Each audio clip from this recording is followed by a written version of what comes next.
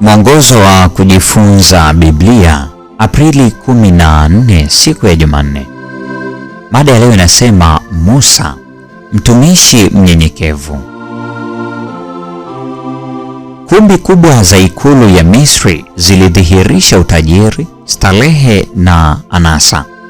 Musa akafundishwa hekima yote ya Wamisri. Akawa hodari wa maneno na matendo. Matendo sura ya 7:22. Maisha ya mamlaka, utajiri na umaarufu yalikuwa kwa ajili yake kuyatumia. Licha ya hivyo, Musa alichagua kitu kilichokuwa tofauti kabisa.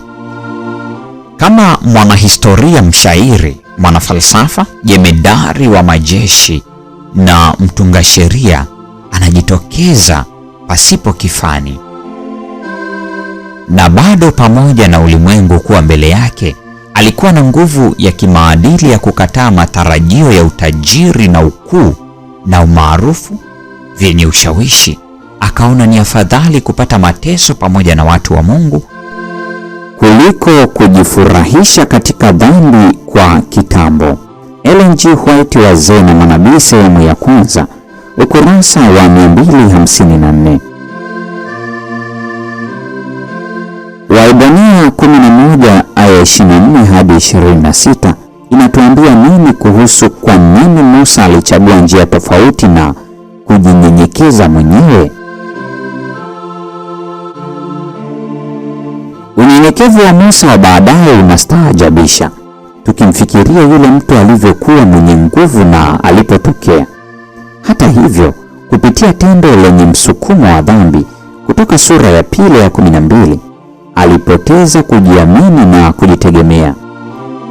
Akizungukwa na milima kama kuta za darasa lake na kiburi kikiwa kimetupwa pembeni kwa miaka 40, Musa alifundishwa na Mungu kile alichohitaji kujua ili kuongoza taifa kutoka utumwani na kuingia katika nchi ya ahadi. Mamlaka na utajiri wa maisha ambayo yangekuwa tofauti katika Misri vilififia wakati Musa alipozingatia umilele. Mungu alikuwa amemwita kwa uwazi kabisa na Musa akafuata.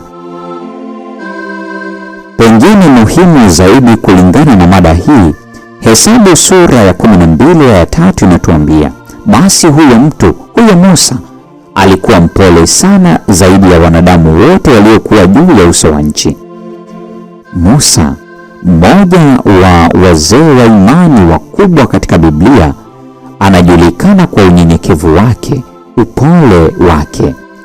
Fikiria jinsi ambavyo maisha na uongozi wake ungekuwa tofauti kama kiburi kingeingia katika kila kona ya matukio haya makubwa katika maisha yake.